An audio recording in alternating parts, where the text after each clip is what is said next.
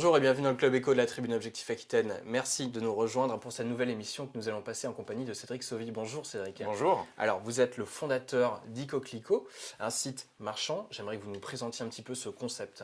Alors Ecoclico, c'est un concept de 5000 produits répartis dans l'univers du développement durable avec des économies d'énergie, de la consommation responsable, tout pour mieux consommer et moins consommer chez soi. D'accord. Quel type de produits peut-on trouver sur votre site? Alors les produits les plus typiques de notre site, ça va être des douchettes économie d'eau pour réaliser des économies d'eau, des petits chargeurs solaires pour recharger son téléphone portable, son ordinateur. Ça va être aussi des produits pour la maison, bébé, enfant, et pour économiser dans toutes les pièces de la maison. Comment l'idée est arrivée? Alors, l'idée est arrivée tout simplement d'un constat, c'est qu'on avait une offre de produits écologiques qui était extrêmement fragmentée. Certains étaient spécialistes du bébé, l'autre de la maison, du bricolage.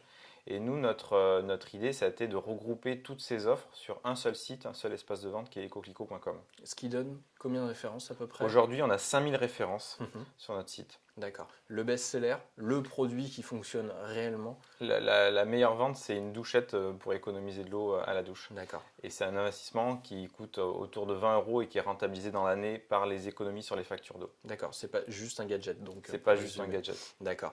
Alors, j'aimerais que vous nous parliez de cette entreprise. Les premiers pas sont jamais simples pour une start-up. Comment ça s'est passé pour vous?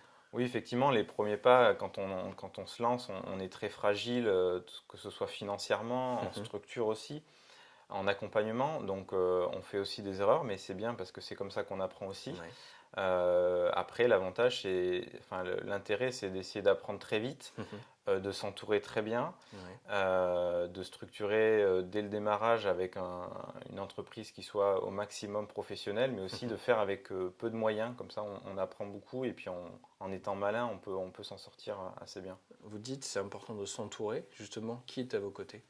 Alors aujourd'hui, on est dans une pépinière éco-responsable qui est la pépinière Techno-Ouest, mais on a aussi des réseaux d'entrepreneurs.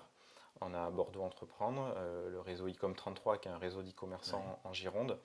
Voilà, quand on se lance et quand on est jeune et sans réseau ou avec peu de réseau en tout cas, c'est vraiment capital de bien s'entourer. Vous avez des concurrents sur ce créneau bien particulier? Oui, tout à fait, on a des concurrents alors qu'ils sont répartis sur la France entière. De toute taille.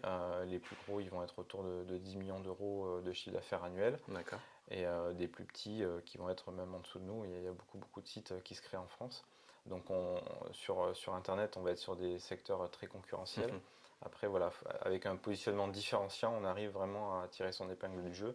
Et vu que le potentiel est national, la zone de chalandise est nationale, si on réussit à avoir un bon positionnement, on peut bien se développer. D'accord. Alors vous êtes en plein pivot, c'est toujours une phase cruciale pour une entreprise. Est-ce que vous pouvez nous expliquer effectivement pourquoi faire basculer votre modèle et dans quelle direction allez-vous? Tout à fait, donc on est en pleine réflexion sur notre pivot de business model. Aujourd'hui, on est distributeur, donc on achète les produits et on les revend. Donc on achète les produits avant de les vendre, donc ça immobilise de la trésorerie, des montants importants, surtout en phase de développement où il y a des montants de plus en plus importants à mobiliser.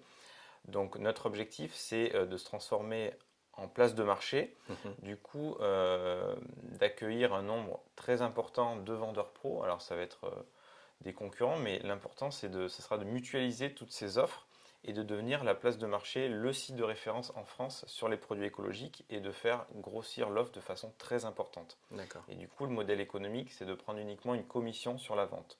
Ok. Pourquoi avoir changé de modèle?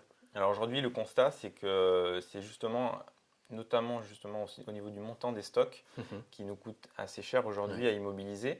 Dans ce modèle-là, qui est plus variable, plus flexible, on prend uniquement une commission. Donc on n'achète pas les stocks. Moins gourmand en trésorerie. Moins gourmand en trésorerie. Ça permet d'avoir une offre beaucoup plus large si on arrive à convaincre un nombre important de marchands. Et ça permet de devenir assez rapidement un site de référence sur le secteur concerné. Quel calendrier vous êtes-vous fixé? Alors aujourd'hui, on a deux besoins. On a ce pivot technique à effectuer et on a aussi la levée de fonds.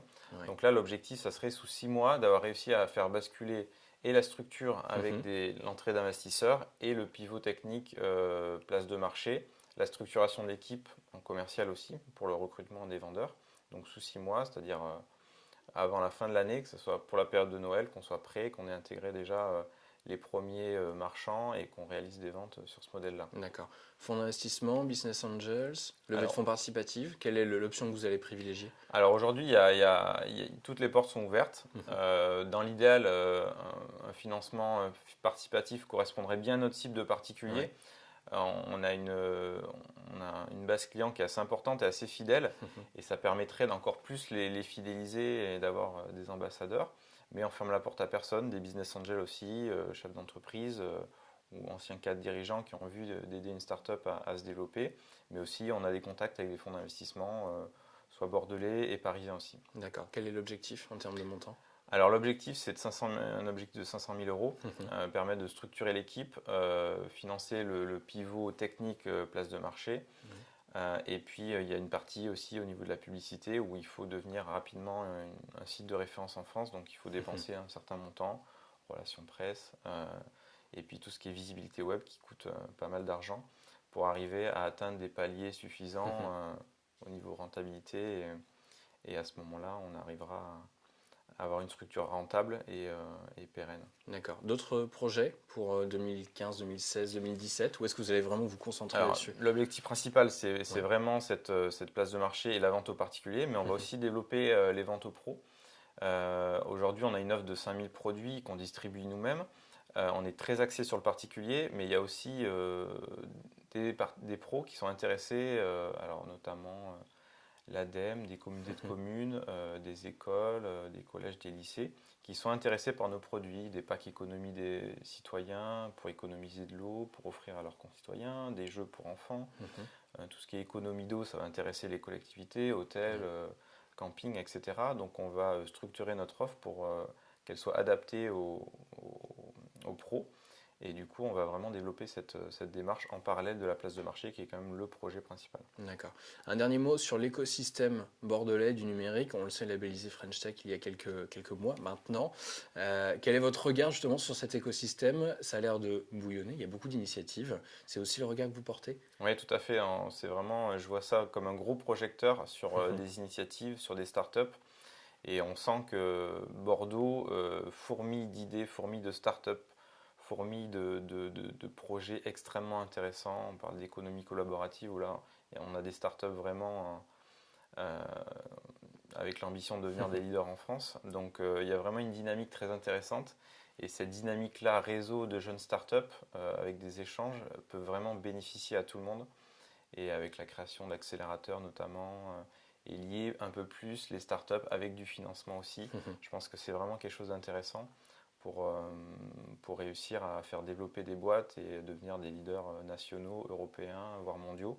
On le souhaite. Et c'est vraiment, je pense que ça manquait vraiment. Et Bordeaux a beaucoup d'atouts pour réussir sur le numérique. Cédric Sauvy, merci beaucoup. Bon vent à votre site Icoclico. Merci à vous d'avoir suivi cette émission. Rendez-vous très vite à nouveau pour le Club Éco. Passez une excellente journée. Au revoir.